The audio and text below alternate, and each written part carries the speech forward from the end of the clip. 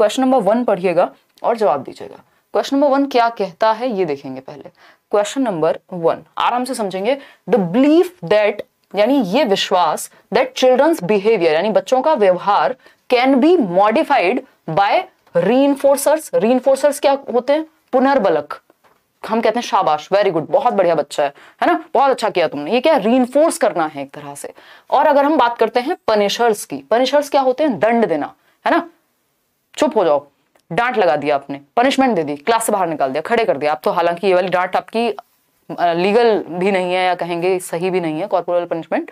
तो पनिशर्स और रीइंफोर्सर्स जो हैं वो व्यवहार को बच्चे के मॉडिफाई करते हैं, is based on the idea that development is primarily influenced by. देख रहे हो कैसे घुमा के क्वेश्चन फेंका है सामने। क्वेश्चन इजी है बट लैंग्वेज जो है वो थोड़ी सी इन्होंने घुमा दी, जबकि टॉपिक वही, कॉन्सेप्ट वही। कुछ ऐसा नहीं है कि दिक्कत हो समझने में या कुछ भी इस तरह का, ऐसा कुछ नहीं है। ठीक, समझते हैं। अगर हम बात करें तो ये कह रहे हैं, यह है अवधारणा कि बच्चों के आचरण को, जो बच्चों का व्यवहार है, उसको प्रबलीकरण और दंड द्वारा परिवर्तित किया जा सकता है। इस विचार पर आधारित है कि प्राथमिक रूप से विकास किससे प्रभावित होगा। भैया जो विकास है किससे प्रभावित होगा? पहले आपको सिंपल सोचना है, ये रीइंफोर्सर और पनिशर क्या है? क्या ये हमारे हेरिडिटी से आ रहे हैं? नहीं, एनवायरमेंट का हिस्सा है ना। जब आप किसी को दंड दे रहे हैं, भाई ये सब मत कर, छोड़ दे, बैठ जा एकदम साथ में, उसमें लॉगिन नहीं है।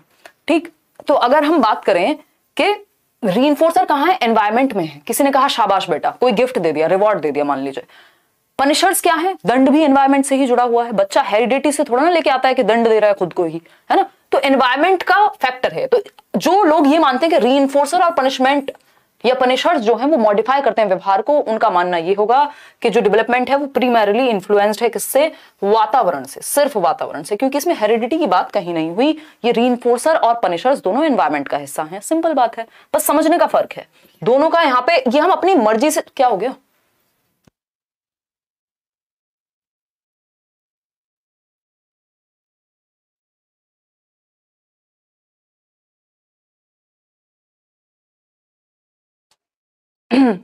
देखिएगा, अगर हम बात करें यहां पे, तो हम अपनी मर्जी से ये नहीं कहेंगे कि हेरिडिटी एंड एनवायरमेंट, यानी कि आनुवंशिकता और वातावरण दोनों का विकास जो है परिणाम होता है, ये हमें पता है। लेकिन क्वेश्चन ने जो पूछा है उसके हिसाब से चलेंगे ना हम। क्वेश्चन अगर दिन को रात कहेगा तो हम रात पे जाएंगे ना।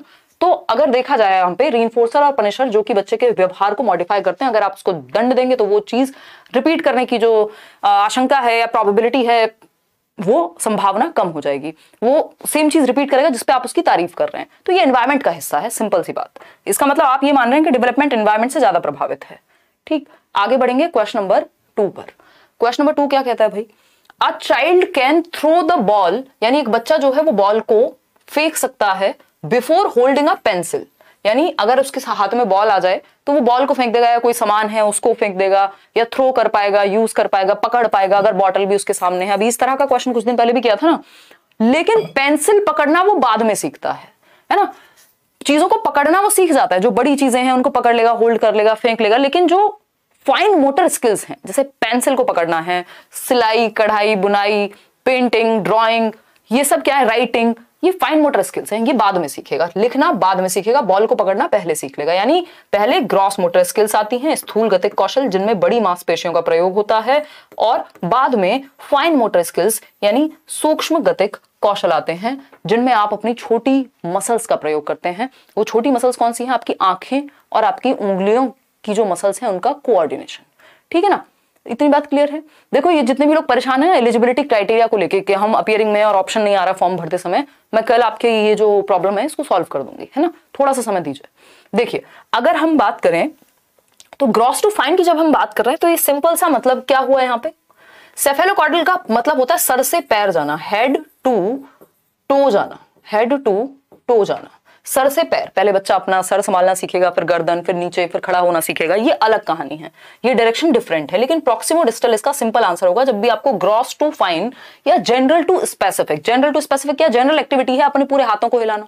स्पेसिफिक क्या है? सिर्फ उंगलियों का प्रयोग करके किसी चीज को उठाना। ये क्वेश्चन बहुत बार पूछा गया है कि बच्चा पहले किसी चीज को पूरे दोनों हाथों से पकड़ने की कोशिश करेगा, फिर बाद में सिर्फ 2 फिंगर्स का यूज करके पेन को होल्ड कर लेगा। तो फाइन मोटर स्किल्स पे बाद में जाएगा। जब ऐसी स्थिति बने तो प्रॉक्सिमो डिस्टल यानी अधोगामी, जिसको नियर टू फार या centre to periphery, near to far केंद्र से सीमाओं की ओर जाने वाले विकास की दिशा कही जाती है। यूनिफॉर्मिटी ऑफ पैटर्न होता है कि दुनिया के सारे बच्चे पहले बचपन में होते हैं, फिर बड़े किशोरावस्था में आते हैं, फिर एडल्टहुड में आते हैं, यानी पैटर्न सेम है सबका। प्रिंसिपल ऑफ इंटीग्रेशन ये होता है कि आपके जब आप साइकिल चला रहे हैं मान लीजिए, तो आपकी आंखें, आपके हाथ, आपके पैर सब एक साथ काम कर रहे हैं, ठीक। तो integration is different. Inter relation क्या होता है कि विकास के सभी पक्ष जुड़े हुए होते हैं, लेकिन जब वो जुड़ के एक साथ काम करते हैं तो वो इंटीग्रेशन कहलाता है। खैर, इसका आंसर क्या हुआ? Proximo distal. आगे बढ़ेंगे क्वेश्चन नंबर 3 पर। क्वेश्चन नंबर 3 क्या कहता है? क्वेश्चन नंबर 3 कहता है motor and cognitive development happens, यानी गत्यात्मक और संज्ञानात्मक विकास। गत्यात्मक मतलब जिसमें गति हो, दौड़ना, भागना, उछलना, कूदना, ये सब का जो विकास है, यानी आपकी शारीरिक क्षमताओं से रिलेटेड जो विकास है। और संज्ञानात्मक हमारी बुद्धि, सोचना, समझना, तर्क करना, इन सब की जो विकास की क्षमता है या विकास है वो कब तक होता है? सिर्फ चाइल्डहुड तक, सिर्फ एडोलेसेंस तक, सिर्फ अडल्टहुड तक, या through out the life span? तो हम कहते हैं विकास एक सतत चलने वाली प्रक्रिया है। भाई मान लीजिए एडोलेसेंस के आते आते, अडल्टहुड तक आते आते, पियाजे भी कह रहे हैं कॉग्निटिव डेवलपमेंट आपका 15 साल तक ऑलमोस्ट जो है बहुत सारी चीजें, जितनी भी क्षमताएं हैं वो आ जाएंगी, अचीव हो जाएंगी, मतलब। लेकिन ऐसा है कि वो रुक जाएगा उसके बाद विकास। आपकी सोचने की क्षमता, आपकी तर्क करने की क्षमता, भाई न्यूरोप्लास्टिसिटी है ना ब्रेन में, मतलब चेंज होते रहने की क्षमता है, नया सीखते रहने की क्षमता है। तो ऐसा नहीं है कि मोटर स्किल्स भी अगर आप ट्रेनिंग कर रहे हैं, अब एक जो प्लेयर है वो तो 35 साल में भी खेलेंगे, है ना, 34 साल में भी विराट कोहली खेल रहे हैं या अदर प्लेयर्स हैं, तो उस केस में क्या है, मोटर स्किल्स तो बेहतर हो रही हैं, ठीक। तो हम ये कह सकते हैं through out the life span चलेगा, यानी संपूर्ण जीवन काल के दौरान चलेगा, विकास रुकता नहीं है। It continues through out the life span, यानी लाइफ लॉन्ग प्रक्रिया है, रुकता नहीं है। ये नहीं कह सकते कि बस अब नहीं होगा एडोलेसेंस के बाद, भाई मैक्सिमम क्षमता अचीव हो गई लेकिन उसके बाद होना रुक जाएगा, ये किसने कहा है? उसको बेहतर करते रह सकते हैं हम। तो D option is the right answer over here. आगे बढ़ेंगे, क्वेश्चन नंबर 3 पे जाएंगे हम, नहीं 3 हो चुका है हमारा, 4 पे जाएंगे। क्वेश्चन नंबर 4 देखिएगा एक बार। Which of the following is a primary agency of socialization? सामाजिकरण की मुख्य एजेंसी या फिर संस्था कौन सी है? मुख्य मतलब प्राइमरी और सेकेंडरी। प्राइमरी सिंपल आपको पता है, प्राइमरी शुरुआत कहां से होगी? घर से होगी। तो प्राइमरी फैमिली होती है और सेकेंडरी में पूरी दुनिया आ जाएगी, चाहे वो स्कूल हो, कई बार नेबरहुड भी आ जाएगा, मास मीडिया एंड ऑल सब आ जाएंगे। सोशलाइजेशन क्या है कि हम समाज में रहने का तरीका कैसे सीखते हैं, हम कैसे खाएंगे, कैसे पिएंगे, कोई आएगा तो नमस्ते करेंगे, कहीं पे जाएंगे तो कैसे कपड़े पहन के जाएंगे, बेसिकली सारी चीजें सोशलाइजेशन में आ जाती हैं। जैसे समाज के तौर तरीके, नियम, कायदे, कानून हम सीखते हैं सामाजिकरण की प्रक्रिया में। इसमें जो प्राथमिक एजेंसी है वो परिवार है, क्योंकि बच्चे ने जन्म सबसे पहले परिवार में लिया है, और वो परिवार क्या है? मिनिएचर वर्जन है किसका? सोसाइटी का। तो सोसाइटी का ही छोटा रूप है। तो सोसाइटी के जो सबसे पहले नियम, कायदे, कानून बच्चा सीखेगा वो परिवार से सीखेगा। तो लगभग 3 साल तक आपका ये जो प्राइमरी सोशलाइजेशन है, फिर 3 साल से हम देखते हैं कि सेकेंडरी सोशलाइजेशन की तरफ वो बढ़ने लगता है, समाज में घुलने मिलने लगता है ना। तो आपका आय का कॉन्सेप्ट यहाँ फैमिली में बन जाता है। स्कूल, रिलीजन, कम्युनिटी, ये सब सेकेंडरी है। अगर फैमिली के साथ स्कूल आ जाए, स्कूल तो खैर हमेशा ही सेकेंडरी होगा। नेबरहुड का कई बार क्या होता है कि लोग नेबरहुड को सेकेंडरी में भी डाल देते हैं और प्राइमरी में भी डाल देते हैं। बस आपको ये देखना है फैमिली के साथ नेबरहुड है तो प्राइमरी में आएगा, अगर स्कूल के साथ नेबरहुड है तो सेकेंडरी में आएगा। नेबरहुड की अपने आप में कोई अस्तित्व अपना है नहीं, कोई आइडेंटिटी खास नहीं है नेबरहुड की, ठीक। आगे बढ़ेंगे क्वेश्चन नंबर 5। क्वेश्चन नंबर 5 देखिएगा, आसान सा क्वेश्चन बट बहुत बार पूछा जा चुका है, इंपॉर्टेंट क्वेश्चन है। Jean Piaget's ideas on language and thought, यानी विचार पहले आया कि भाषा और विचार के बारे में पियाजे के जो विचार हैं, विच of the following statement is true, उसके बारे में कौन सी बात सही है। भाषा एवं चिंतन के संदर्भ में जीन पियाजे के अनुसार कौन सा कथन सही होगा? तो हमने ये बात टीएल से याद रख सकते हो आप। टीचिंग लर्निंग मटेरियल होते होंगे ना, जब आप बीएड, डीएलएड, बीटीसी जो भी आपने किया होगा, तो टीएलएम्स होते थे, टीचिंग लर्निंग मटेरियल, उससे आप टीएल याद रखोगे। पहले थॉट आया फिर लैंग्वेज आई, किसके अकॉर्डिंग? पियाजे। टीएलपी बना लीजिएगा आप टीएलएम का, ठीक है। टीएलपी का मतलब क्या है? थॉट के बाद लैंग्वेज आई, ऐसा कौन कह रहे हैं? पी फॉर पियाजे कह रहे हैं, ठीक। तो ये टीएलपी से आप याद रख सकते हैं। तो थॉट के, क्योंकि पेपर पास में है ना, तो हमें थोड़े फंडों का भी इस्तेमाल करना होगा, ठीक। तो लैंग्वेज एंड थॉट के बारे में सबसे हमें देखना है, पियाजे की बात हो रही तो पहले थॉट आया होगा। थॉट डिटरमिन्स लैंग्वेज, यानी चिंतन भाषा का निर्धारण करता है, यानी पहले विचार आता है और फिर भाषा आती है, और विचार डिटरमिन करता है या सुनिश्चित करता है कि भाषा क्या होगी। यानी जब मैंने बोलना नहीं सीखा होगा तब भी मेरे दिमाग में पेन को लेके कोई विचार होगा, या जब मैं बोलती हूं उससे पहले मैं सोच लेती हूं, और ये चीज इतनी तेजी से होती है कि हमें पता नहीं लग पाता। तो थॉट, जो मेरा थॉट है किसी चीज के बारे में, वही तो सुनिश्चित करेगा कि मेरी भाषा क्या होगी, ठीक। तो चिंतन भाषा का निर्धारण करता है, ऐसा पियाजे कहते हैं। ए ऑप्शन ही सही है। लैंग्वेज डिटरमिन्स थॉट, ऐसा नहीं नहीं है, ये कोई भी नहीं कहता। इसको कई लोग वाइगॉस्की से जोड़ लेते हैं। वाइगॉस्की ने उल्टा नहीं कहा है कि पियाजे ने कहा है पहले थॉट आता है बाद में लैंग्वेज। वाइगॉस्की ने ऐसा नहीं कहा कि लैंग्वेज पहले आती है, वो कह रहे हैं दोनों इंडिपेंडेंट है, एक टाइम के बाद जाके मर्ज हो जाते हैं। तो ये तो किसी ने नहीं कहा। Language and thoughts are independent process, ऐसा एक बार को Vygotsky initial years of life में मानते हैं। Language and thoughts are innate propositions, यानी आंतरिक प्रवृत्तियां हैं, ऐसा भी पियाजे ने नहीं कहा। ठीक है ना, आगे बढ़ेंगे। क्वेश्चन नंबर 6 देखेंगे। क्वेश्चन नंबर 6 में क्या कह रहे हैं, आप पोल में जवाब देते रहेंगे।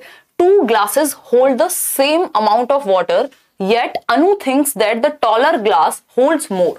याद रखिएगा, taller glass holds more, यानी जो लंबा ग्लास है उसमें ज्यादा क्वांटिटी आती है पानी की, then more water than the wider but shorter. Wider but shorter मतलब चौड़ा और छोटे ग्लास से।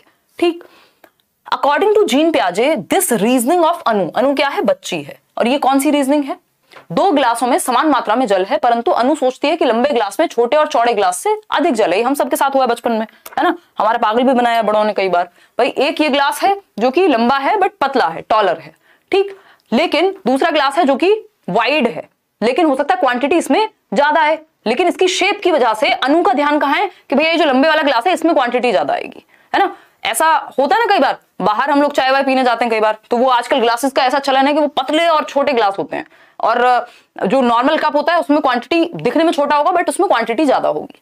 ठीक, तो ये हम कहेंगे हमारी साइकोलॉजी से खेल रहे हैं, वो लग रहा है हम अभी तक हमारा सेंट्रेशन का गुण ही नहीं गया। कंजर्वेशन की कहानी है ये कि अनु को लग रहा है कि भैया शेप और साइज पे फोकस है, अनु का जो फोकस है वो शेप और साइज पे है कि भैया इसकी शेप, ये टॉल दिख रहा है तो यही लंबा है, जबकि क्वांटिटी का खेल इसमें ज्यादा हो सकता है। ठीक, तो इसका मतलब क्या हुआ, कंजर्वेशन की कमी है अभी बच्चे में। लेकिन पूछा क्या है ये तो देख लीजिए सर।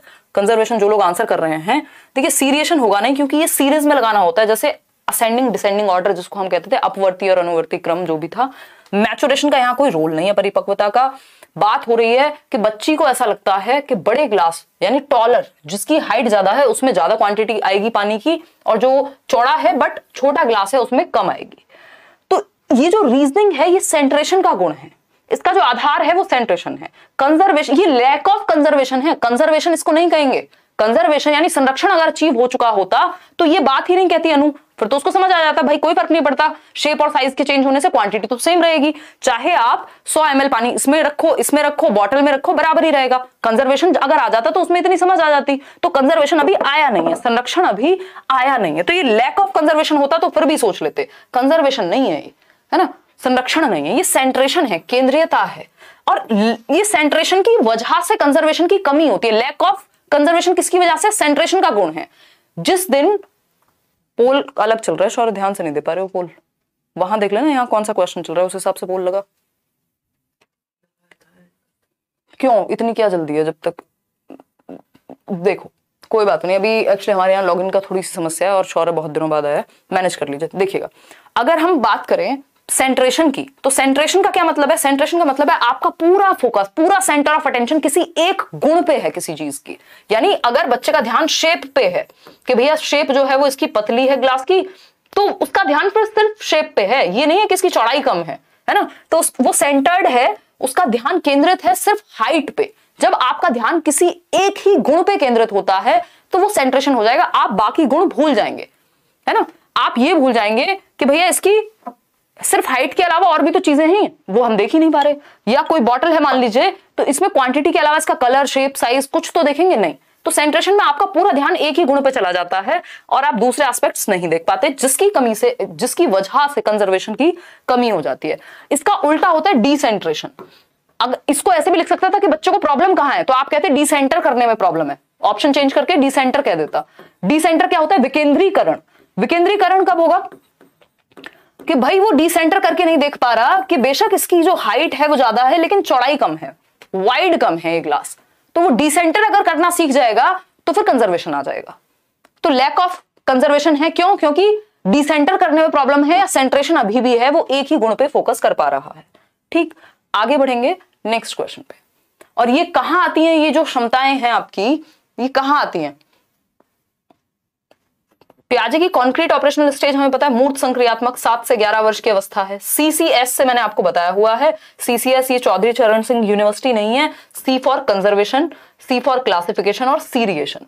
कंजर्वेशन यानी संरक्षण के क्वांटिटी चेंज नहीं होती, शेप और साइज के बदलने से, आकार के बदलने से अभिजीत, या प्रकार के बदलने से मात्रा सेम रहती है।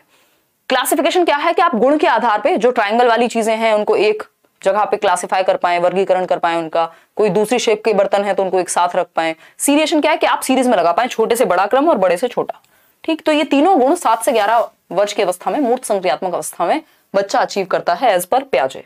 नेक्स्ट क्वेश्चन है रिवर्सिबिलिटी, यानी ये भी पियाजे से ही क्वेश्चन है। Reversibility, the ability to reverse actions is a basic accomplishment of which stage as given in the Piagetian theory of cognitive development. पियाजे के अनुसार या पियाजे के संज्ञानात्मक विकास के सिद्धांत के अनुसार प्रतिवर्तीयता, यानी कि जो रिवर्स करना है चीजों को, है ना, प्रतिवर्तीयता किसी क्रिया को उल्टे क्रम में कर पाना किस चरण की बुनियादी उपलब्धि है, यानी रिवर्सिबिलिटी कब आती है बच्चे में। अब इस रिवर्सिबिलिटी भी जुड़ी हुई है कहीं ना कहीं कंजर्वेशन से। ठीक, रिवर्सिबिलिटी क्या है, ये पेपर है हमारे सामने और इस पेपर को क्या किया, ये कर दिया, है ना। अब बच्चा सोचेगा कि अब तो ये रिवर्स नहीं किया जा सकता, हालांकि इसको रिवर्स करना थोड़ा सा मुश्किल है क्योंकि इस पर प्रेस व्रेस लगा करके और इसको तब जाके अब ठीक किया जाएगा, लेकिन हाँ इसको रिवर्स किया जा सकता है। अब इसका मतलब ये नहीं अब ये इतना ही बन गया तो अब ये फाइनल है, इसको रिवर्स करना संभव है, यानी बर्फ पानी बन सकती है और पानी बर्फ बन सकता है, ये रिवर्सिबिलिटी है ना, ये रिवर्सिबिलिटी है, ये वापस से ऐसा हो गया। ठीक, तो रिवर्सिबिलिटी का मतलब है हम रिवर्स कर सकते हैं किसी एक्शन को। भाई आपने आटे की जब आटे से एक छोटा सा वो बनाया रोटी बनाने के लिए, उसको आप प्रॉपर रोटी बना सकते हो, फिर से उसको आटा बना सकते हो, समझ पा रहे हो, शेप रिवर्स कर सकते हो। तो ये वही है ना। आप घर से निकले और मंदिर तक गए और मंदिर से वापस आने में बच्चे को दिक्कत होगी फिर, क्योंकि रिवर्स एक्शंस में दिक्कत हो रही है। जाने में दिक्कत नहीं है, रिवर्सिबिलिटी में दिक्कत है, वापस आने का रास्ता वो कई बार भूल जाएगा। तो जब ये रिवर्सिबिलिटी आ जाती है कि भैया बर्फ पानी बन सकती है और पानी बर्फ बन सकता है, तो उस स्टेज को हम कहते हैं कॉन्क्रीट ऑपरेशनल मूर्त संक्रियात्मक अवस्था। 7 से 11 वर्ष वो समझ जाएगा कि भैया रिवर्सिबिलिटी संभव है। ठीक है, कोई दिक्कत, कोई परेशानी है ना। बहुत मजे कर रहे हो आप लोग कमेंट्स में, मुझे लग रहा है बहुत बढ़िया। लाइक शेयर करना आप लोग भूल रहे हैं शायद, वो भी करते रहेंगे खुशी खुशी से पढ़ाई के साथ साथ, है ना। मूर्त संक्रियात्मक अवस्था, ये पियाजे की 4 अवस्थाएं हैं। SPCF बिल्कुल सही सीक्वेंस में लगाया हुआ है इन्होंने, SPCF ये 4 अवस्थाएं हैं, यही सीक्वेंस है। SPCF सेंसरी मोटर जन्म से 2 वर्ष, गत्यात्मक अवस्था कहते हैं इसको, प्री ऑपरेशनल 2 से 6 वर्ष, 7 भी मिल जाएगा कई जगह पे, और कॉन्क्रीट ऑपरेशनल मूर्त संक्रियात्मक 7 से 11 और 11 से 15। ठीक, ये 4 अवस्थाएं हैं पियाजे की। आगे बढ़ेंगे क्वेश्चन नंबर 8 पर। क्वेश्चन नंबर 8 पढ़िएगा, गणित की बात हो रही है। क्या कह रहे हैं भैया ये गणित वाले, कह रहे हैं अ मैथमेटिक्स टीचर, यानी गणित का शिक्षक है, is using more skilled peers to support and guide the other students. वो पीयर्स, वो साथी उनकी क्लास के जो ज्यादा स्किल्ड हैं किसी काम को करने में, उनको हेल्प करने के लिए कहा गया है दूसरे बच्चों को जिनको वो क्वेश्चन समझने में दिक्कत आ रही है। कुछ बच्चों को समझ में आ गया है, वो उनको समझा रहे हैं जिनको समझने में दिक्कत है। Which theoretical frame is she trying to apply, कौन सा फ्रेम है ये, यानी गणित की अध्यापिका उच्चतर कौशलपूर्ण छात्रों को अपने सहपाठियों की सहायता करने को कह रहे हैं। यानी उच्चतर, ये जो मोर स्किल्ड पीयर्स हैं ये क्या है, मोर नॉलेजेबल अदर बन गए, यहाँ पे MKO बन गए, जो कि वाइगॉस्की कहते हैं, यानी जो व्यक्ति आपसे ज्यादा जानता है वो आपको सिखा सकता है किसी एक विशेष क्षेत्र में, है ना। इसमें एज का कोई मतलब नहीं है कि बच्चे सेम एज के तो सिखा नहीं सकते, है ना। तो उस केस में क्या है, ये लेव वाइगॉस्की की ही थ्योरी हुई। Lev Vygotsky is theory of social construction. Lev Vygotsky का सामाजिक संरचनावाद का सिद्धांत है कि बच्चा समाज संस्कृति से, अपने ग्रुप से, अपने से बड़े छोटे किसी से भी सीख सकता है जिसको भी उस चीज में नॉलेज होगी।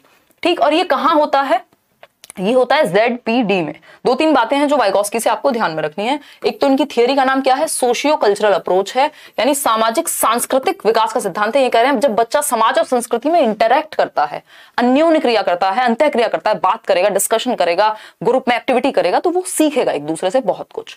और ये जो थियरी है, ये है किसकी, कॉग्निटिव डेवलपमेंट की, क्योंकि हम इसके नाम से कई बार ये भूल जाते हैं कि पता नहीं किस चीज की थियरी है। तो ये कॉग्निटिव डेवलपमेंट यानी संज्ञानात्मक विकास की थियरी है। संज्ञानात्मक मतलब हमारी बुद्धि, हमारी मानसिक क्षमताओं का विकास। ठीक, तो वाइगॉस्की कह रहे हैं कि समाज और संस्कृति से सीखता है।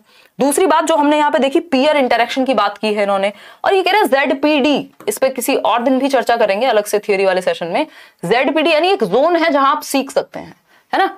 यानी आप कुछ जगह पे अटकते हैं, कुछ चीजें आप खुद कर लेते हैं। सीटेट में कुछ सब्जेक्ट्स में आपको समस्या होगी, कुछ में आप खुद कर लेते हैं, तो उनमें आपके नंबर आ जाते हैं, और जिनमें नहीं आ पाते उनके लिए फिर आप यूट्यूब से पढ़ रहे हैं, मेरे साथ जुड़ रहे हैं। ये क्या है? क्योंकि आप सीटेट क्लियर कर सकते हैं, ये आपके ZPD में है, यानी संभावित विकास के क्षेत्र में है।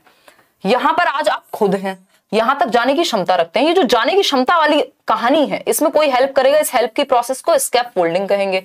तो ये जो प्रोसेस ऑफ हेल्प है, इसको स्कैफोल्डिंग कहेंगे। लेकिन जो हेल्प कर रहा होगा उसको मोर नॉलेजेबल अदर कहेंगे। जैसे आप मुझे यहाँ पे मोर नॉलेजेबल अदर कह सकते हैं, है ना, चाहे वो आपसे एज में छोटा हो व्यक्ति या बड़ा हो, उस क्षेत्र में अगर आपसे ज्यादा जानता है, हो सकता है आप मुझे मैथ्स पढ़ाते हैं और मैं आपके साथ CDP डिस्कस कर लूं, तो ये क्या हुआ? मोर नॉलेजेबल अदर देगा स्कैफोल्डिंग। स्कैफोल्डिंग देगा कौन? More knowledgeable other. ये कोई टेक्नोलॉजी हो सकती है, कोई व्यक्ति हो सकता है। हेल्प देने को, टेम्परेरी हेल्प को, अस्थायी मदद को स्कैफोल्डिंग या मचान कहते हैं। ये जो दायरा है जिसमें हेल्प दी जा रही है वो ZPD है, कि आप संभावना है कि आपका विकास यहां तक हो सकता है। ये टॉपिक आपको समझ आ सकता है। अगर मैं 3 साल के बच्चे को कहूं तो वो उसके ZPD में नहीं है कि मैं उसको प्याजे पढ़ा दूं, प्याजे नहीं समझ आएगा उसको, है ना, वो रटेगा भी अगर आएगा भी तो। खैर, तो ये लेव वाइगोस्की का कॉन्सेप्ट है कि बात हो रही है कि जो ज्यादा मोर नॉलेजेबल अदर्स हैं, जो कि स्किल्ड पीयर्स हैं, वो दूसरे बच्चों को सिखा रहे हैं जिनको उस कॉन्सेप्ट को समझने में दिक्कत आ रही है। आगे बढ़ते हैं नेक्स्ट क्वेश्चन पे। क्वेश्चन नंबर 9 है, पोल में जवाब दीजिएगा। विच of the following is the basis of लेव वाइगोस्कीज व्यूज ऑन डेवलपमेंट, यानी वाइगोस्की के विचार क्या हैं बच्चों के विकास के बारे में।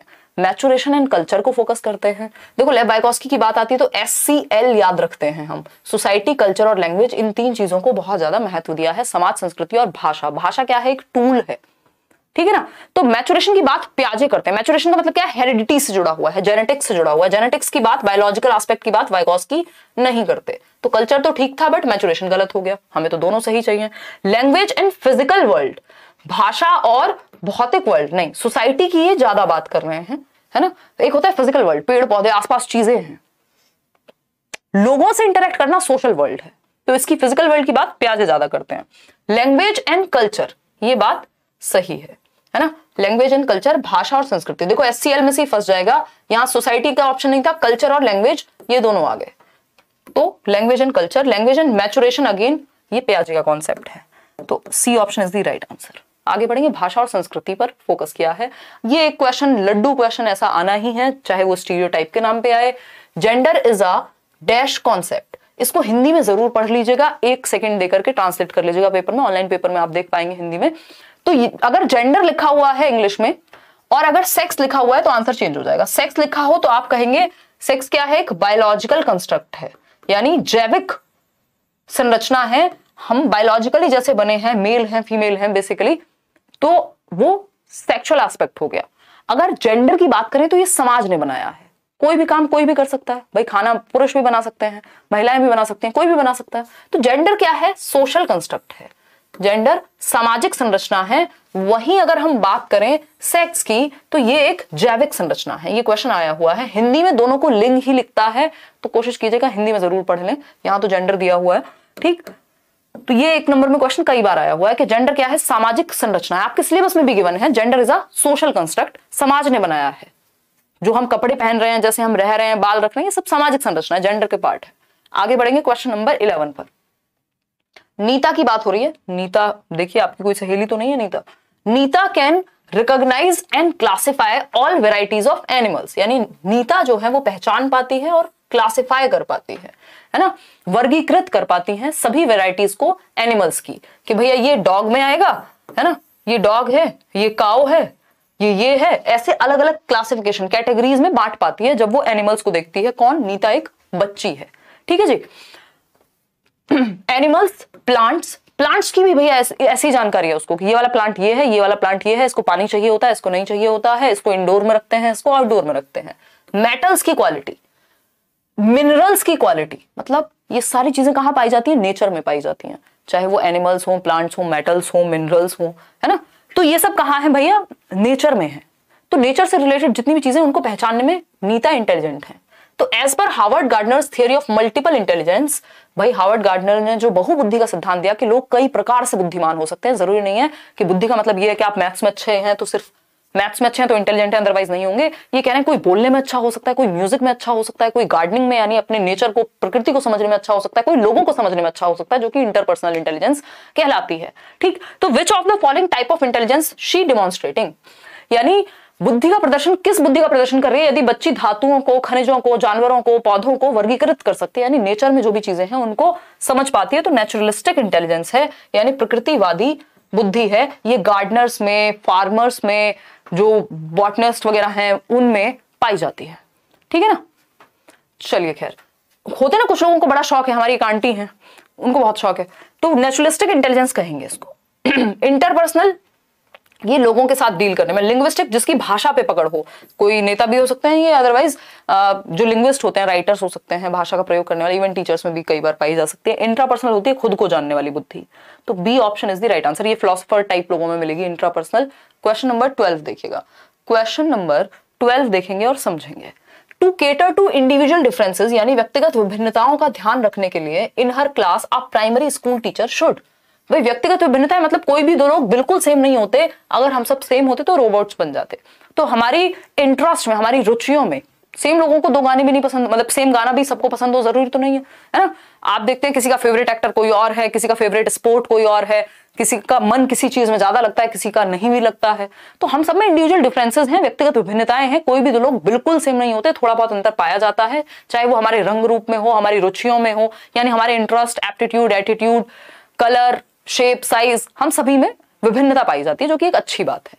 ठीक, तो अगर हम कहें तो इंडिविजुअल डिफरेंसेस को केटर करने के लिए, जो अलग अलग तरह के बच्चे हैं तो पढ़ाएंगे भी अलग अलग तरह से, तो कौन सा ऑप्शन सही होगा? Make strict rules for everyone, और पनिशमेंट दे दो जो ना माने। तो सबके लिए सेम रूल, सबके लिए सेम एग्जाम्पल कैसे चलेगा? जब बच्चे अलग हैं उनके लिए चीजें भी अलग होनी चाहिए सिखाने की, है ना? तो सेम रूल से क्या होगा? ये रिजिडिटी है, हमें फ्लेक्सिबिलिटी की तरफ जाना है बच्चे के लिए, जहां बच्चा खुश हो वो ऑप्शन बढ़िया है।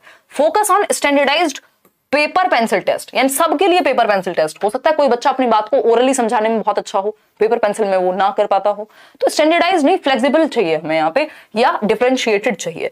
Have uniform curriculum, differentiated curriculum चाहिए, यूनिफॉर्म नहीं। यूनिफॉर्म होती है जैसे स्कूल में आप सब एक जैसे कपड़े पहन के जाते हैं ना, तो अगर सबके लिए करिकुलम सेम है, थोड़ा भी अंतर नहीं है, डिफरेंट डिफरेंट एक्टिविटीज उसमें शामिल नहीं है, डिफरेंट डिफरेंट चैप्टर्स शामिल नहीं है। अगर आप ईवीएस पढ़ेंगे, अभी हम करने वाले हैं, तो ईवीएस में भी आप देखते हैं एक चैप्टर है फार्मर्स पे, दूसरा चैप्टर है स्पेस की बात हो रही है वहां पे, तीसरा चैप्टर है कोई माउंटेन चढ़ रहा है। तो ये क्या है? विभिन्नता है, डिफरेंट डिफरेंट तरीके के एग्जाम्पल हैं। तो यूनिफॉर्म नहीं होना चाहिए करिकुलम, सबके लिए एक जैसा या बिल्कुल सेम तरह की चीजें नहीं होंगी। डी ऑप्शन ही बचता है, यही सही होगा। Provide diverse learning experiences to students, यानी विद्यार्थियों को अधिगम के विविध अवसर प्रदान करना, डिफरेंट डिफरेंट तरीके। कभी किसी को आप फील्ड ट्रिप पे ले जा रहे हैं, कभी बच्चों को आप स्पोर्ट्स खिलवा रहे हैं, कभी बच्चों को आप क्लास में Q&A या डिस्कशन चल रहा है, कभी आप लेक्चर दे रहे हैं, मतलब डिफरेंट तरीके से आप पढ़ा रहे हैं। डाइवर्स बच्चे हैं तो डाइवर्स तरीके से आप पढ़ा रहे हैं, डिफरेंट डिफरेंट वेज में इंडिविजुअल डिफरेंसेस को केटर कर रहे हैं आप। ठीक है ना? आगे बढ़ेंगे क्वेश्चन नंबर 13 पर। क्वेश्चन नंबर 13 क्या है? 8 ईयर ओल्ड रोहित, 8 साल का बच्चा है रोहित, रीजंस, एज पे फोकस कीजिएगा, reasons stealing is wrong because stealing behaviour can lead to his rejection by others.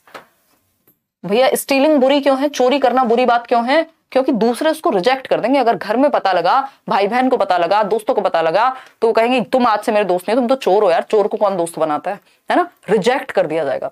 अगर आप चोरी करेंगे तो चोरी करना किस लिए बुरी बात है? इसलिए नहीं कि किसी की सामान, किसी का या किसी का कोई भी चीज आपने बिना बताए उससे ले लिया, ये गलत बात है या नहीं करना चाहिए, किसी सामने वाले के मतलब चॉइस का हम ध्यान रखें या कुछ भी नहीं, ऐसा कुछ नहीं है, कोई रीजनिंग नहीं है। रीजनिंग क्या है? चोरी करना इसलिए बुरी बात है क्योंकि दूसरे रिजेक्ट कर देंगे।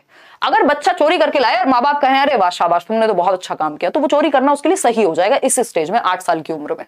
तो रीजन क्या दिया है? रिजेक्शन हो जाएगा, दूसरे रिजेक्ट कर देंगे। कौन सी स्टेज है ये? मतलब अप्रूव नहीं करेंगे, अच्छा बच्चा नहीं कहेंगे।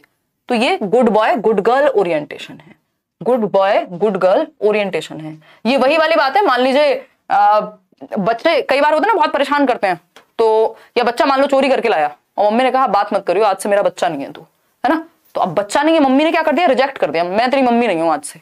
चोरी तो खैर बड़ी बात हो गई, छोटी छोटी चीजों पे भी हो जाता है ऐसा। तो अब बच्चा परेशान है, वो अगली बार वो चीज नहीं करेगा, उसके लिए वो गलत हो गया क्योंकि मम्मी कह देती है मैं तेरी मम्मी नहीं हूं, तू मेरा बच्चा नहीं है, खत्म, रिजेक्शन। तो rejection good boy good girl orientation में आता है कि माँ बाप या आसपास वाले आपको अप्रूव करेंगे कि आप अच्छे व्यक्ति हैं, अगर आप ऑनेस्ट होंगे तो लोग आप पे गौरवान्वित महसूस करेंगे। तो अच्छा लड़का अच्छी लड़की सुनने के लिए आप ये करते हैं, जो कि बुरी बात नहीं है क्योंकि ये स्टेजेस हैं, धीरे धीरे एज के साथ मॉरलिटी के रीजंस चेंज होते रहते हैं। ठीक, पनिशमेंट एंड डिसओबीडियंस, ये होता है कि आप दंड से बचने के लिए आज्ञा का पालन कर रहे हैं, दंड मिलेगा इसलिए आप आज्ञा मान रहे हैं, अदरवाइज आपको घंटा फर्क नहीं पड़ता, है ना। सोशल ऑर्डर ओरिएंटेशन, ये होता है समाज में नियम बने रहे। ये थोड़ी सी अच्छी बात है कि भाई समाज में अगर सब नियम तोड़ेंगे तो फिर कैसे चलेगा, और समाज में एक ऑर्डर बना रहे हैं इसलिए मान रहे हैं आप। यूनिवर्सल एथिकल प्रिंसिपल तो हाईएस्ट लेवल हो गया, 6th लेवल हो गया, ठीक है ना। आगे बढ़ते हैं, A option is the right answer. ये कौन सी स्टेज है, ये 3rd स्टेज है, 2nd लेवल की, कन्वेंशनल यानी पारंपरिक स्तर की पहली स्टेज, और वैसे देखें तो 3rd स्टेज। टोटल 6 स्टेजेस दी हैं कोहलबर्ग ने और 3 स्तर दिए हैं, हर एक लेवल पे 2 स्टेजेस हैं। आगे बढ़ेंगे, क्वेश्चन नंबर 14। ये सारी थियरीज यूट्यूब पे कराई हुई हैं, फिर से कराऊंगी मैं, कल प्लान शेयर करूंगी आपके साथ। A collection of students work, यानी बच्चों के काम का कलेक्शन। आपने एक फाइल में कलेक्ट करके रखा है कि बच्चे ने ये पेंटिंग बहुत अच्छी बनाई थी, ये ड्रॉ बहुत अच्छा करता है, ये स्पोर्ट्स में बड़ा अच्छा है, उस दिन छक्का लगाया था, उस दिन ये किया था। एक फाइल बनाई हुई है आपने बच्चे के काम की, कलेक्शन ऑफ वर्क की, उसकी अचीवमेंट्स की, on a variety of task through out the meant for keeping a record of their performance, ताकि आपको पता लगे कि बच्चा कैसे परफॉर्म करता है। तो हर बच्चे के लिए एक फाइल बनाई हुई है ना। इसको रूब्रिक कहेंगे। रूब्रिक होता है एक पैमाना, एक सेट स्टैंडर्ड कि इतने क्वेश्चंस हार्ड होंगे, इस लेवल के क्वेश्चंस होंगे, इस तरह के क्वेश्चन डाले जाएंगे। रूब्रिक एक पैमाना है, ये कोई फाइल कलेक्शन वाला काम नहीं है। और इसको सिर्फ फाइल तो नहीं कहेंगे, ऐसी तो फिर और भी फाइल्स हो सकती हैं। डेटा शीट, सिर्फ डेटा भरा हुआ है इसमें, इतने % ये वो नहीं, यहाँ पे पिक्चर्स भी हो सकती हैं। तो ये पोर्टफोलियो है जिसमें कलेक्शन होता है, प्रोग्रेसिव कलेक्शन होगा, आपके रिकॉर्ड कीपिंग रखी जाएगी जो भी बच्चे की अचीवमेंट्स हैं। जैसे आप आजकल लोग एक्टर एक्ट्रेस बनते हैं या मॉडलिंग में जाते हैं तो एक पोर्टफोलियो तैयार होता है, सुंदर सुंदर फोटोज की आपने एक फाइल बनवाई हुई है। उसी तरह से बच्चे के अच्छे कर्मों की पूरा जो भी उसका काला चिट्ठा है, कच्चा चिट्ठा है, व्हाटएवर, अच्छी चीजें बुरी चीजें जो भी है उसमें रखेंगे। बुरी तो नहीं रखते खैर। चलिए, D option is the right answer. Question number 15 देखिएगा। क्वेश्चन नंबर 15 देखिएगा। इन अ प्रोग्रेसिव स्कूल, यानी एक प्रगतिशील विद्यालय, किसने? जॉन डुई ने स्थापना की थी। जॉन डीवी कह देते हैं इनको हिंदी में हम। तो जॉन डुई ने शिकागो में इन स्कूल्स को, प्रोग्रेसिव स्कूल्स को लैब स्कूल्स भी कहा गया, पेपर में पूछा जा चुका है, लैब ही कहेंगे हिंदी में भी, लैब स्कूल्स भी कहा गया। शिकागो में इन्होंने स्थापना की, लर्निंग बाय डूइंग की बात करते हैं, करके सीखने की, बच्चे को एक्टिव रखने की, चाइल्ड सेंटर्ड, बाल केंद्रित शिक्षा की बात कर रहे हैं।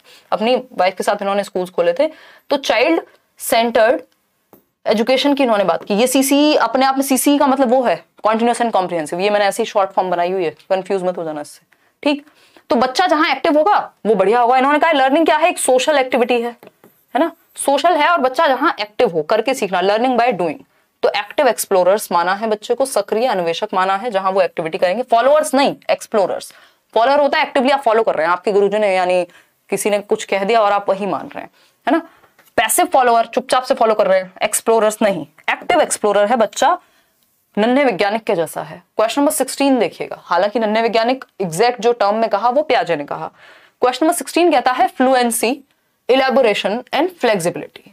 फ्लुएंसी क्या है? बहुत सारे आइडियाज, कोई प्रॉब्लम आपको बताए या किसी चीज पे सोचने को कहे, आप डिफरेंट तरीके, सैकड़ों तरीके बता देना, इसको ऐसे भी कर सकते हैं, ऐसे भी कर सकते हैं, ऐसे भी कर सकते हैं, है ना। इलैबोरेशन क्या, आप डिटेल में उसको समझा देते हैं चीजें निकाल करके। फ्लेक्सिबिलिटी क्या है, एक तरीका काम नहीं किया, दूसरा नहीं किया, तीसरा।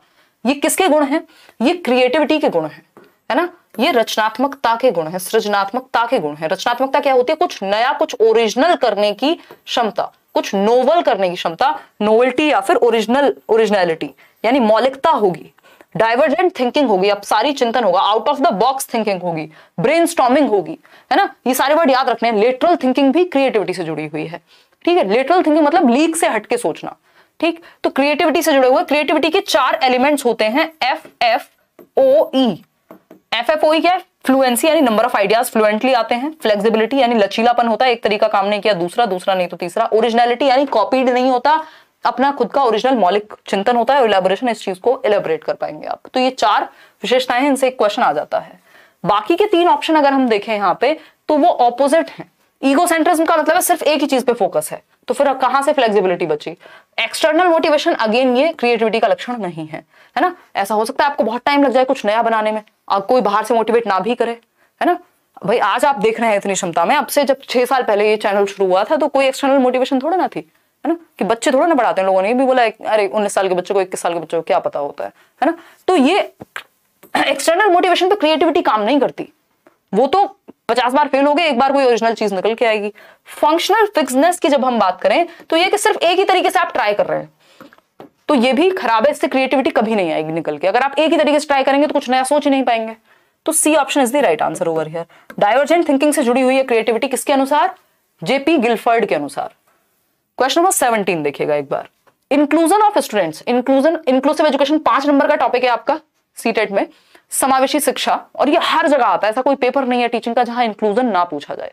इंक्लूसिव एजुकेशन यानी सभी बच्चों को एक छत के नीचे रेगुलर स्कूल में पढ़ने का अधिकार है। ऐसा नहीं किसी बच्चे को देखने में समस्या है तो हम उसको ब्लाइंड स्कूल भेज दें, है ना। अलग थलग नहीं करना, सेक्लूड नहीं करना। सेक्लूजन या सेग्रीगेशन, अलग अलगाव जो है वो प्रकृति के नियमों के खिलाफ है। जैसे प्रकृति हम सभी को, धूप सबको बराबर मिलती है, हवा सबको बराबर मिलती है, ऐसा तो नहीं होता कि भाई किसी को दिखाई नहीं दे रहा, कोई चल नहीं सकता तो इसको धूप कम लगेगी और आपको ज्यादा लग जाएगी, है ना। ऐसा कुछ नहीं है, इंक्लूजन है। तो जैसे नेचर, मदर नेचर जिसको हम कहते हैं, वो हमें भेदभाव नहीं करती, वैसे ही आपको भी बच्चों को, सारे बच्चों को एक साथ सिखाना है, सेग्रीगेट नहीं करना बच्चों को।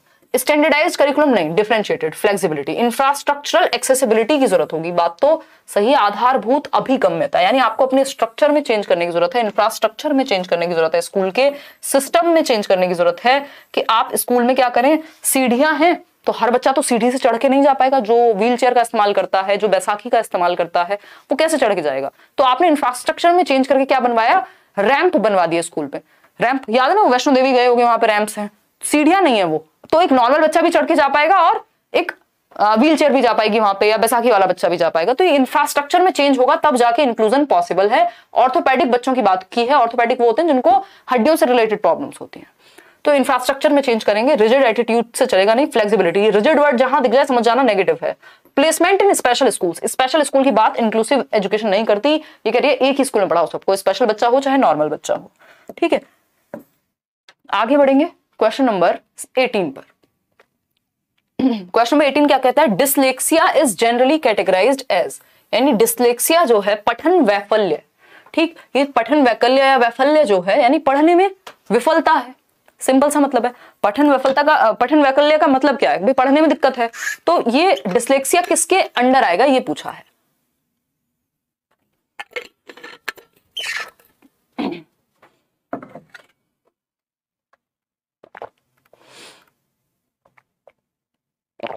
आपका कोर्स लेना चाहता हूँ, प्लीज बताइए। मुकेश ऐप पे जा सकते हो, करियरविल ऐप पे। कितने लोग हम जुड़े हुए हैं, आज तो दिखाई भी नहीं पड़ रहे हैं। अच्छा, लगभग 14,000 लोग। चलिए, तो लाइक शेयर करने में आज क्या समस्या आ रही है, मतलब 17 है? अच्छा, आज मुझे पता नहीं लग रहा है यहाँ से। खैर, आप जवाब दीजिए इसका, दिखाइए जरा, हम क्यों नहीं देख पा रहे हैं आज क्या चल रहा है। 1 मिनट रुकिएगा बस, कल से थोड़ा प्लान चेंज कर देंगे और कल से पढ़ाई थोड़े डिफरेंट तरीके से करेंगे, क्योंकि हमारे पास अब समय नहीं बचा, 1 महीना भी पूरा नहीं है, तो उसी हिसाब से हम पढ़ाई करने वाले हैं। चलिएगा, डिसलेक्सिया किस कैटेगरी के अंदर आएगा? Spectrum of learning disorders, mild mental retardation. देखिए याद रखिएगा, डिसलेक्सिया वाला बच्चा मेंटली रिटार्डेड नहीं होता, बस आपको उसको सिखाना है डिफरेंट तरीके से, उसके आईक्यू में कमी नहीं है। Spectrum of psycho social disorders, ये साइको सोशल नहीं है कि सामाजिक समस्या है कोई या साइकोलॉजिकली कोई प्रॉब्लम है। Common motor disability, motor disability होती ही नहीं है डिसलेक्सिया वाले बच्चे को, पता ही नहीं लगेगा आपको, उसको ना कोई हाथों में दिक्कत है, ना उसको कहीं आपको देख के पता लगेगा। याद कीजिए वो मूवी तारे जमीन पर, उस बच्चे की जान खा के रखी हुई थी घर वालों ने, स्कूल वालों ने, दोस्तों ने, क्योंकि पता ही नहीं लग रहा था, सबको लग रहा था कि ये तो ध्यान ही नहीं देता पढ़ाई पे, ये तो लापरवाह है, जबकि उसको पढ़ना समझ में नहीं आ रहा, वो पढ़ ही नहीं पा रहा, वो लिख ही नहीं पा रहा, उसको दिक्कत हो रही है।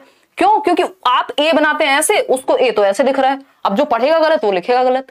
तो इनकी वायरिंग में ब्रेन की कुछ दिक्कत होती है, बाकी ऐसा नहीं होता कि इनकी बुद्धि के स्तर में कमी है या कुछ और बाहर कोई प्रॉब्लम है। तो ये लर्निंग डिसेबिलिटी, एलडीज बोलते हैं इनको, अधिगम विकारों का बहुक्रम, यानी ये लर्निंग डिसेबिलिटी के अंदर आता है। लर्निंग डिसेबिलिटी कई सारी होती हैं, जैसे डिसलेक्सिया पढ़ने से रिलेटेड, डिस्ग्राफिया लिखने से रिलेटेड, डिसलेक्सिया तो हमने पढ़ ही लिया है अभी, डिस्प्रैक्सिया होता है चलने फिरने से रिलेटेड। तो ऐसी कई सारी लर्निंग डिसेबिलिटीज हैं, यानी जो अधिगम में विकार डालती हैं, अधिगम विकार कहते हैं इनको। और ये जो वर्ड है वो 1960s में किसने दिया था, याद करो फटाफट से, जल्दी बताओ, मेरे दिमाग से निकल गया। लो, लर्निंग डिसेबिलिटी आपका दिया था बहुत सारी जगह अपने दिमाग में, बताओ जल्दी फटाफट, कमेंट करके खुद ही बता दो, इससे पहले कि मुझे याद है आप ही बताओ। लर्निंग डिसेबिलिटी पता नहीं कितनी जगह दिमाग डिवाइडेड रहता है, बताओ। सैमुअल किर्क ने, याद आ गया, Samuel Kirk Samuel Kirk 1960s में इन्होंने दिया था। देखियो किसी ने लिखा है कि नहीं अभी तक, यहाँ पे तो लेट आ रहा है ना कमेंट, लिखा है किसी ने, यस सैमुअल किर्क, बहुत बढ़िया, बहुत ही बढ़िया लिख रहे हैं लोग, बहुत बढ़िया, तादीब, साक्षी, बहुत बढ़िया, ग्रेट, सैमुअल किर्क। ठीक, तो सैमुअल किर्क ने दिया था लर्निंग डिसेबिलिटीज को। इसमें कई सारी समस्याएं आपकी आ सकती हैं, जैसे लिखने से रिलेटेड, पढ़ने से रिलेटेड, बटन लगाने से रिलेटेड, मोटर स्किल्स वगैरह भी। Dash is not a principle of inclusive teaching, यानी निम्नलिखित में से कौन सा समावेशी अध्यापन का सिद्धांत नहीं है। नॉट, समावेशी मतलब एजुकेशन फॉर ऑल, सभी के लिए शिक्षा, चाहे बच्चे को कोई समस्या हो नहीं हो, सभी के लिए, गिफ्टेड बच्चा भी एक ही सिस्टम में पढ़े और नॉर्मल या स्पेशल बच्चा भी जिसको कोई समस्या है, यानी हर किसी के लिए शिक्षा के सिद्धांत के खिलाफ है। जब नॉट लिखा होगा 3 इडियट वाले कान खड़े करेंगे, सीरियसली ध्यान से क्वेश्चन को पढ़ेंगे, क्वेश्चन इजी होगा बट आपको घुमा देगा, 1 नंबर आपका चला जाएगा। देखो प्रिंसिपल पे आधारित होती है इक्विटी के, समता के, है ना। अभी जैसे हम कल देख रहे थे, सीटेट ने कहा भैया 50 मिनट एक्स्ट्रा मिलेंगे उन बच्चों को जो जिनको कोई भी दिक्कत है, जो पर्सन्स विद डिसेबिलिटी है। अब कोई कहे जो हमें तो नहीं मिल रहे 50 मिनट, इनको 50 मिनट एक्स्ट्रा दे दिए, तो किस इक्वालिटी के माध्यम से? नहीं, इक्वालिटी तो ये हो गई सबको बराबर टाइम दे दो, अब किसी को समस्या है उसको भी बराबर दोगे तो उसके साथ तो आपने जागती कर दी, मतलब खराब किया। तो ये इक्विटी का प्रिंसिपल है कि हम रिजर्वेशन की बात कर रहे हैं या फिर हम एक्स्ट्रा टाइम देने की बात कर रहे हैं, क्योंकि उनकी नीड को समझ रहे हैं हम बच्चे की।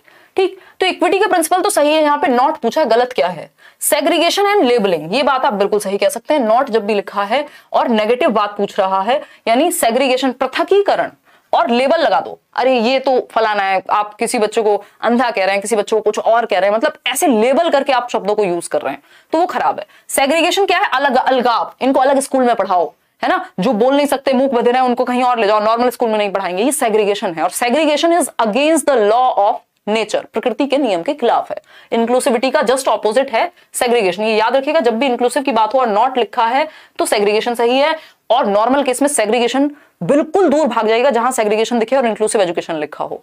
ठीक, सिस्टमैटिक अडेप्टेशन टू डाइवर्सिटी, यानी हम विभिन्नता में एकता की बात कर पाए। एक्सेप्टेंस ऑफ इंडिविजुअल डिफरेंसेस, यानी बच्चे अलग अलग होते हैं भाई, ठीक है, क्या बात है, सभी अलग है, वैसे भी कौन से सब सेम है, किसी को देखने में समस्या है, किसी को किसी और चीज में समस्या होगी, नॉर्मल बातें हैं। तो B option is the right answer, क्योंकि वही गलत है और जो गलत है वही सही है, क्योंकि पूछा ही गलत था। वाह वाह। आगे बढ़ते हैं क्वेश्चन नंबर 20 पर। क्वेश्चन नंबर 20 क्या कहता है, देखते हैं। असर्शन, यानी ये नए तरह के क्वेश्चन है, इस बार सीटेट में खूब पूछे हैं भर भर के। और कथन, एक कथन दिया, एक स्टेटमेंट दे दिया और उसका तर्क और कारण दिया है।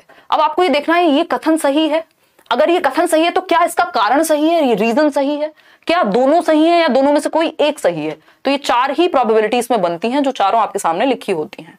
तो पहले तो हमें कथन पढ़ना है कि क्या ये सही है। Children belonging to the potter family community learn conservation of mass earlier than conservation of number, यानी वो बच्चे जो कुम्हार समुदाय से संबंधित हैं, जिन्होंने वो बर्तन के आकार को बचपन से बनते हुए देखा है, तो उनको जो क्वांटिटी ऑफ मास होगा, कंजर्वेशन ऑफ मास होगा, वो जल्दी समझ में आ जाएगा नंबर से। उनको शेप और साइज जल्दी समझ में आ रहा है तो मास का कंजर्वेशन आसानी से समझ में आ जाएगा, क्योंकि उन्होंने वो घर में होते हुए देखिए, एनवायरमेंट में चीज है बच्चे के। बिल्कुल सही बात है, इसमें क्या दिक्कत है। ये तो बच्चे का जो एनवायरमेंट है वो रिसोर्स का काम कर रहा है, संसाधन के रूप में, ये ट्रू है। ठीक, रीजन क्या है? Learning and development takes place in a socio cultural context, यानी जो अधिगम और विकास हैं वो सामाजिक सांस्कृतिक संदर्भ में पनपते हैं या बेहतर होते हैं, विकसित होते हैं। भाई जिस समाज और संस्कृति से आप आ रहे हैं उसका प्रभाव आपकी लर्निंग पे, आपके डेवलपमेंट पे पड़ता है। अगर आप मान लीजिए कारपेंटर जहां पे है, किसी की फैमिली में कोई कारपेंटर है, तो उसको वो शेप साइज देना लकड़ी को, या वो डिफरेंट तरीके से देखेगा चीजों। किसी के घर में मान लीजिए दुकान है तो उसकी कैलकुलेशन अपने आप अच्छी हो जाएगी। तो ये हमारा जो सामाजिक सांस्कृतिक परिप्रेक्ष्य है, जिस परिप्रेक्ष्य से हम आ रहे हैं, वो हमारी लर्निंग और डेवलपमेंट को प्रभावित करता है। बिल्कुल सही बात है। तो दोनों ही बातें सही हैं, ट्रू है, यानी जो both A and R true and R, यानी जो रीजन है, तर्क है, वो करेक्ट एक्सप्लेनेशन है ए की, जो कि अपने आप में स्टेटमेंट है, व्याख्या सही करता है, दोनों सही हैं। तो A option is the right answer, किसी और पे जाने का पॉइंट ही नहीं बनता। क्वेश्चन नंबर 21 देखिएगा। क्वेश्चन नंबर 21 कहता है When students learn a behavior through observation, जब बच्चे कोई व्यवहार सीखते हैं कैसे? ऑब्जर्व करके, देख करके, है ना। मान लीजिए बच्चे ने आपको कुछ करते हुए देखा, मम्मी खाना बना रही है, बच्चे ने ऑब्जर्व किया, दादाजी कुछ पौधों को पानी दे रहे हैं, मान लीजिए बच्चे ने ऑब्जर्व किया। तो जब बच्चे ऑब्जर्व करके सीखते हैं, the first step of that process that they must, मतलब कि पहला स्टेप क्या है? ये नई वॉच हमने ले लिया, अभी ये हमें परेशान कर देगी नोटिफिकेशन दे दे के। मॉम का कॉल आ रहा देखिएगा, चलो तेरे सोने का टाइम हो गया, सुबह स्कूल है, बताओ फटाफट। अगर हम बात करें जब छात्र एक व्यवहार को अवलोकन द्वारा सीखते हैं तो सबसे पहला चरण क्या है? याद कीजिए किसको? एल्बर्ट बेंड्यूरा को। एल्बर्ट बेंड्यूरा को याद कीजिए। और अगर हम बात करते हैं ऑब्जर्वेशनल लर्निंग की, इससे एक क्वेश्चन आता ही है पेपर में, है ना। अभी जल्दी ही हम एक दिन थियरी क्लास रखेंगे। ऑब्जर्वेशनल लर्निंग, ऑब्जर्वेशनल लर्निंग क्या है? अवलोकनात्मक अधिगम, ऑब्जर्व करके देख के सीखना। ठीक, बोबो डॉल एक्सपेरिमेंट किया था इन्होंने। ये छोटी छोटी बातें जो आप साथ में याद रखेंगे। इनकी थियरी को सोशल लर्निंग थियरी, SLT कहा जाता है, सामाजिक अधिगम का सिद्धांत। व्यक्ति है बेंड्यूरा, है ना, बेंड्यूरा। और इसमें 4 स्टेप की प्रोसेस होती है ऑब्जर्वेशनल लर्निंग में। मॉडलिंग की प्रोसेस कहते हैं उसको, कि मॉडल ऐसे होता है आपका बिहेवियर, उसको ऐसे शेप दी जाती है। वो 4 स्टेप कौन से हैं? ARPR से मैंने आपको याद कराया हुआ है, ARPR। तो फर्स्ट स्टेप पूछा है, फर्स्ट है अटेंशन, यानी अवधान। अगर आप ऑब्जर्व करते समय अटेंटिव ही नहीं है तो आपको याद ही नहीं रहेगा किसने कैसे की थी कोई चीज। भाई अगर आपने दादाजी को पानी देते हुए ऑब्जर्व किया, अटेंशन पे की, अगर आपकी अटेंशन ही नहीं गई तो आपको याद ही नहीं रहेगा। अगर आप यहाँ बैठे हुए हैं और अटेंटिव नहीं है, सीखेंगे नहीं, ऑब्जर्व करके भी नहीं सीख पाएंगे अगर अटेंटिव नहीं है। तो ऑब्जर्वेशनल लर्निंग में सबसे पहला स्टेप होता है अटेंशन का, अवधान का। आपका ध्यान तो हो कि मम्मी ने गोल रोटी बनाई कैसे थी, ठीक है ना। दूसरी चीज है रिटेंशन, आपके दिमाग में ये चीज टिके। फिर होता है प्रोडक्शन, आप खुद करके देखते हैं। भारत का नक्शा बन सकता है रोटी बनाते समय, बट आपने अटेंशन और रिटेंशन ठीक से हुआ होगा तो थोड़ी थोड़ी ठीक रोटी आपकी बन जाएगी। प्रोडक्शन यानी उत्पादन आपने खुद किया, फिर रीइंफोर्समेंट मिलेगा आपको, मोटिवेशन भी कह देते हैं इस 4th स्टेप को, यानी पुनर्बलन मिलेगा आपको। कोई कहेगा शाबाश बेटा अगली बार और अच्छा करना।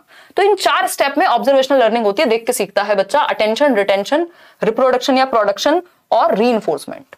ठीक, तो इसमें सबसे, ये तो वैसे भी आप समझ सकते हैं, अगर आपने थियरी नहीं भी पढ़ी होती तब भी आपको पता होता कि जो बिहेवियर है ऑब्जर्वेशन के थ्रू, जब आप अवलोकन के थ्रू सीखते हैं तो पहला स्टेप आपकी अटेंशन वहां होनी चाहिए। तो remember the actions of the model, तो रिमेंबरिंग तो सेकंड स्टेप है ना भाई। ARPR में रिमेंबरिंग का मतलब क्या है? रिटेंशन, दिमाग में टिक गई आपकी कोई बात, नंबर याद किया था वो रिटेंशन रह गई, तो ये तो सेकंड स्टेप है। Pay attention to the model, ये फर्स्ट स्टेप है कि प्रतिमान पर ध्यान केंद्रित करना। जो मॉडल है, मॉडल मतलब जो भी काम वहां किया जा रहा है उस पर पहले आप अटेंटिव होंगे। असेसमेंट लास्ट में आएगा। Repeat and practice the behaviour of the model, ये प्रोडक्शन थर्ड स्टेप है। ठीक, तो B option is the only answer, या सही ऑप्शन है यहाँ। क्वेश्चन नंबर 22 देखिए, और 7-8 सवाल हैं। Understanding the errors made by learners is important for a teacher as, यानी अधिगमकर्ताओं द्वारा की गई त्रुटियों को समझना एक अध्यापिका के लिए महत्वपूर्ण है। यानी बच्चे जो गलतियां कर रहे हैं, जब आप पोल में जवाब देते हैं, अब देखिए इसका आंसर कितने % चाहिए बता एक बार, दिखा अभी तक तो आया ही नहीं मेरे ख्याल में। हाँ, तो अभी जैसे आप पोल में जवाब कर रहे हैं, दिखा ना, पोल में आप जवाब दे रहे हैं, थोड़ा स्लो चल रहा है, और मुझे पता लगा कि 70% लोगों ने गलत आंसर दिया, तो आइडिया तो लग जाएगा ना कि आपकी गलती कहां हो रही है, आप सोच कैसे रहे हैं, उस क्वेश्चन को पढ़ कैसे रहे हैं, मतलब आपके समझने में कोई दिक्कत है, इससे पता लग जाएगा। तो गलतियों से क्या है, पता लगेगा कि बच्चा सोचता कैसे है। गलतियां क्या है, विंडो है, एक खिड़की के जैसी है बच्चे की थिंकिंग में। अदरवाइज तो आप बच्चे के अंदर झांक के कैसे देखेंगे उसको समझ में आया कि नहीं। तो जब वो गलती करेगा या फिर आपने उसको कोई काम दिया, टेस्ट लिया, तब तो पता लगेगा कैसे सोचा है। तो she can identify weak and bright learners. देखो ये लेबलिंग हो गई, और लेबलिंग बिल्कुल गलत है। आप बच्चे पे ठप्पा नहीं लगाएंगे कि ये तो कमजोर है, ये तो ब्राइट है, ये तो इंटेलिजेंट है। गलतियों का मतलब ये नहीं है कि आप किसी को चालाक या अच्छा बच्चा कहेंगे, किसी को बुरा कहेंगे। गलतियों का मतलब है कि आपको इंप्रूव करना है बच्चे को, और बच्चे को भी अपने आप को। ठीक, she can understand the learners through out thought process, यानी वह अधिगमकर्ताओं की चिंतन प्रक्रिया को समझ सकती है। टीचर अगर उसको बच्चों की गलतियों का पता हो कि बच्चे सोचते कैसे, तो वो अगली बार तरह तरह के एग्जाम्पल देके डिफरेंट मेथड से समझाएगी, अपनी पेडागोजी भी अच्छी कर सकती है। कौन, teacher. C option, she can inform parents about the learners carelessness. भैया बच्चे की गलतियों का मतलब ये थोड़ी केयरलेस ही है कि बच्चे में कमी हमें निकालनी नहीं है पेडागोजी में, ये तो पहला उसूल है हमारा। डी ऑप्शन है, शी कैन सेग्रीगेट, ये वर्ड ही नेगेटिव है। सेग्रीगेशन, रैंक, लेबलिंग, बच्चों को अलग थलग कर देगी, तुमसे ना हो पाएगा, ये नहीं करना आपको। तो अधिगमकर्ताओं की चिंतन प्रक्रिया को समझा जा सकता है गलतियों से, और गलतियां इंपॉर्टेंट होती हैं बच्चे को सिखाने के लिए। क्वेश्चन नंबर 23 देखिए, किसकी बात हो रही है, एनईपी की बात हो रही है। इस पे मैं एक वीडियो बना चुकी हूं, आपने ना देखी हो प्लीज देख लीजिएगा। 1-1.5 घंटे का सेशन है, उसमें क्वेश्चंस भी कराए हुए हैं। नेशनल एजुकेशन पॉलिसी, राष्ट्रीय शिक्षा नीति 2020 के अनुसार लर्निंग कैसी होनी चाहिए। लर्निंग कैसी होनी चाहिए, जहां बच्चे का होलिस्टिक डेवलपमेंट हो, क्या हो, सर्वांगीण विकास हो, है ना, उसका मस्तिष्क, उसका दिल, उसका शरीर सब विकसित हो सके। विकास के 4 प्रकार हैं, और चारों प्रकार केटर हो सके। पोल सही दो भाई। भाई शौर्य, आज तो तेरी बहुत कंप्लेंट आ रही है? तू इतने दिन से आया नहीं ना, नाराज हैं लोग तेरे से, इसलिए कह रहे हैं ऐसी बातें।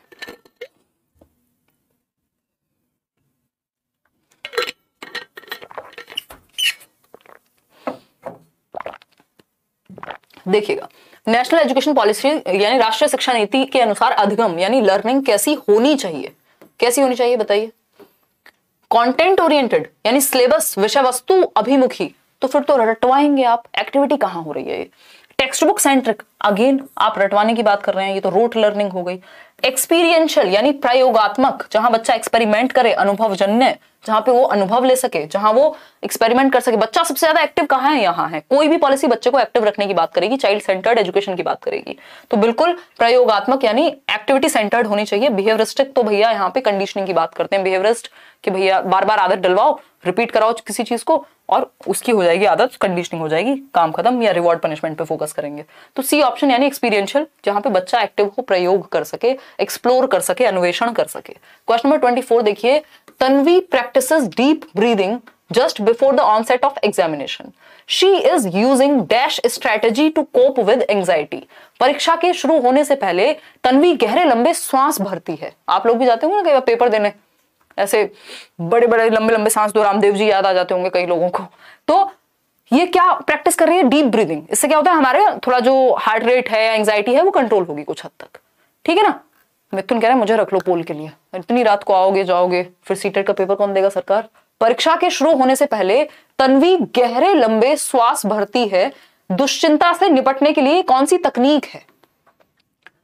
बताइए कौन सी तकनीक है?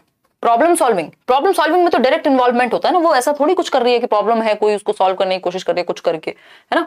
अवॉइडेंस, अवॉइड कहां कर रही है? डिनायल, डिनायल तो होता है कि प्रॉब्लम है ही नहीं, मैं तो डरी हुई नहीं हूं, ये है डिनायल। ठीक। इमोशन मैनेजमेंट है, ये इमोशनल मैनेजमेंट है, भावनात्मक नियमन है कि वो अपनी भावनाओं को कंट्रोल करने की कोशिश कर रही है, अपने श्वास को कंट्रोल करके या थोड़ा रिलैक्सेशन टेक्निक का इस्तेमाल कर रही है। तो इमोशंस क्योंकि इतने ज्यादा हावी हैं पेपर के टाइम पे, स्ट्रेस है, एंग्जाइटी है, टेंशन है, तो वो एक एक्टिविटी कर रही है जिससे इमोशंस कंट्रोल में आ सके, है ना, कि आप कुछ और सोच सकें। यही सब तो हो सकता है कि इमोशंस को आप कंट्रोल कर पाए, अवेयर हो पाए उनके प्रति, नहीं तो रोने लग जाए वहां, उससे क्या होगा फिर। तो इमोशनल मैनेजमेंट है ये, और आप करके देखेंगे ये 2-4 बार तो अंतर पड़ता है इससे, क्योंकि आपका जो ब्रीदिंग, जब भी आप स्ट्रेस्ड होंगे आपकी हार्ट बीट बढ़ जाएगी, एंग्शियस आप फील करेंगे, तो 2-4 बार आप डीप ब्रीदिंग करेंगे तो अपने आप इमोशनली हल्का सा अच्छा महसूस करेंगे। क्वेश्चन नंबर 25 देखिए, ड्यूरिंग द लॉकडाउन, अभी लॉकडाउन लगा था, सबको याद होगा, 2 साल पहले की बात है, 2020 में खूब पढ़ाई करते थे हम। ड्यू टू कोविड-19 pandemic, Rohini likes to read the story books her elder sister had without any promoting from anybody. Rohini is, यानी जब कोविड-19 की महामारी आई, पेंडेमिक आया, लॉकडाउन के समय क्या हुआ, रोहिणी एक बच्ची है जो अपनी बड़ी बहन की किताबें पढ़ रही है, और बड़ी बहन ने कहा भी नहीं है, वो बड़ी बहन खुद नहीं पढ़ रही है अपनी किताबें, लेकिन ये छोटी बहन पढ़ रही है। क्यों? क्योंकि उसको मजा आता है, इंटरेस्ट है ना।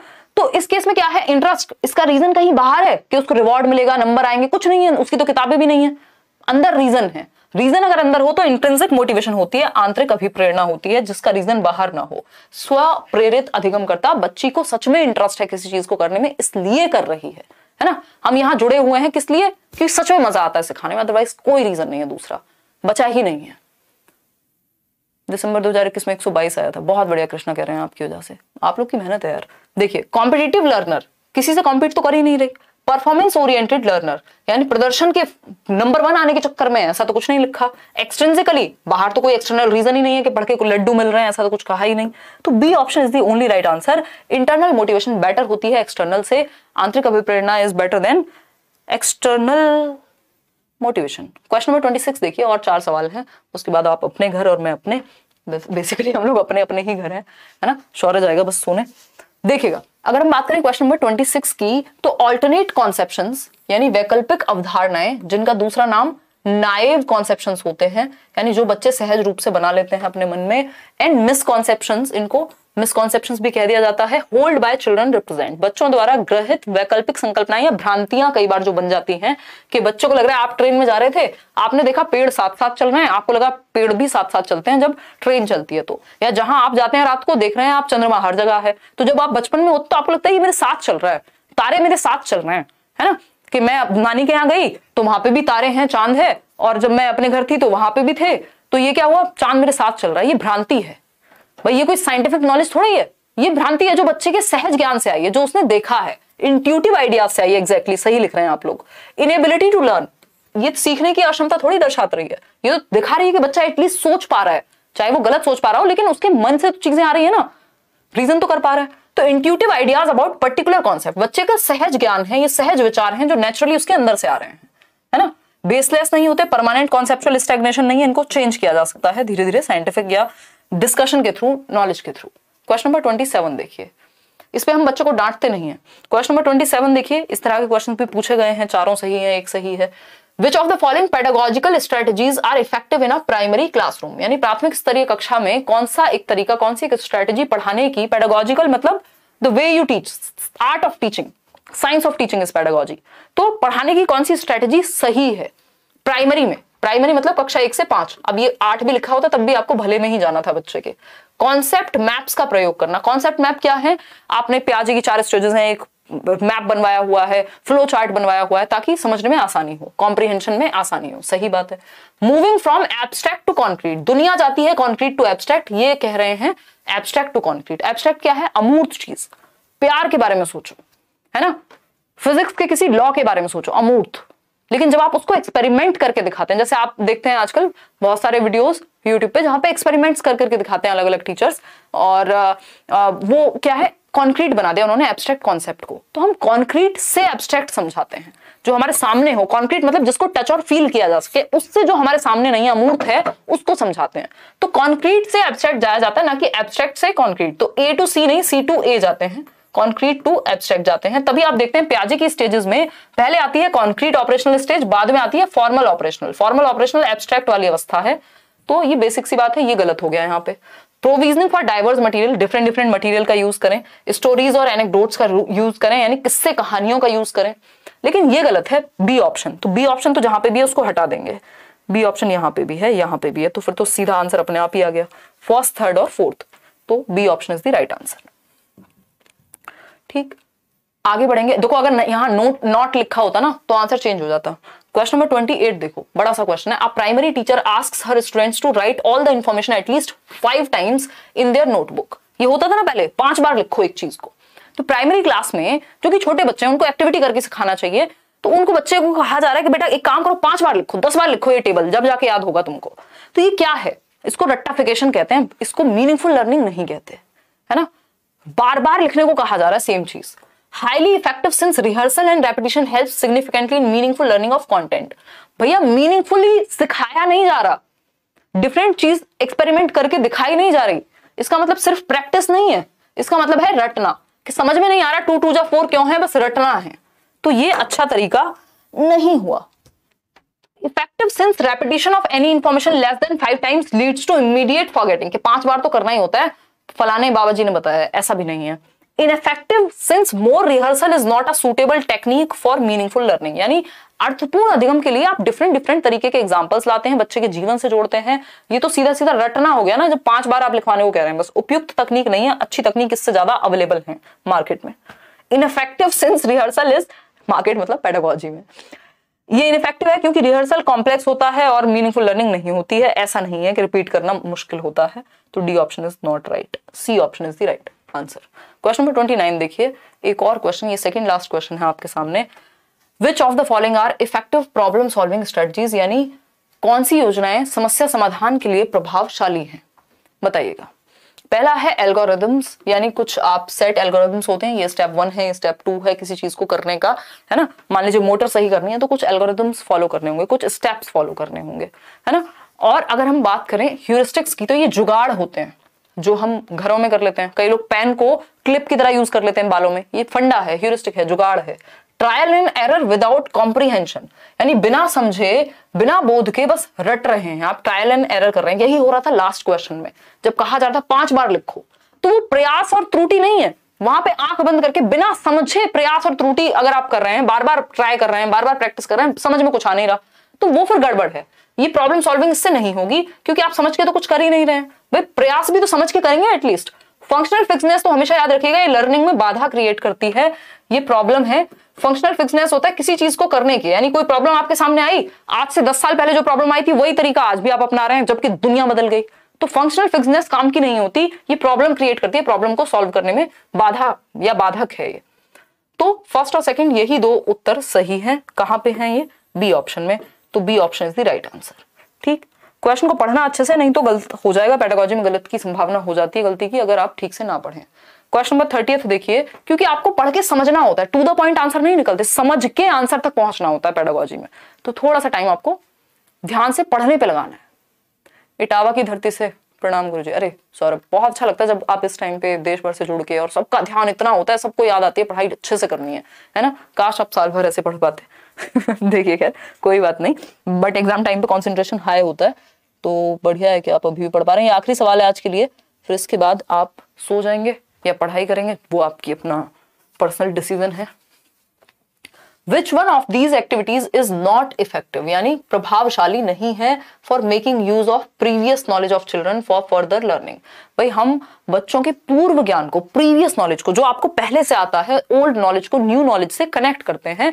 जब भी हम कुछ नया सिखाते हैं तो प्रीवियस नॉलेज, पूर्व ज्ञान का प्रयोग करते हैं नई चीजों को कनेक्ट करने में, है ना। जब हम पढ़ाते भी, आपने देखा होगा वो लेसन प्लानिंग, जब पाठ योजना बनाई जाती है तो पहले प्रीवियस नॉलेज टेस्ट करने के लिए 2-3 क्वेश्चन पूछे जाते हैं कि अच्छा बच्चों तुमने बादल देखे हैं, अच्छा बारिश को देखा है कभी, अच्छा होती कैसे है। फिर आप चैप्टर पे आते हैं 1 घंटे इधर उधर से उसकी प्रीवियस नॉलेज को टेस्ट करके कि आज हम इस बारे में जानेंगे, ताकि आपको पता लग जाए बच्चों को पहले से कितना आता है।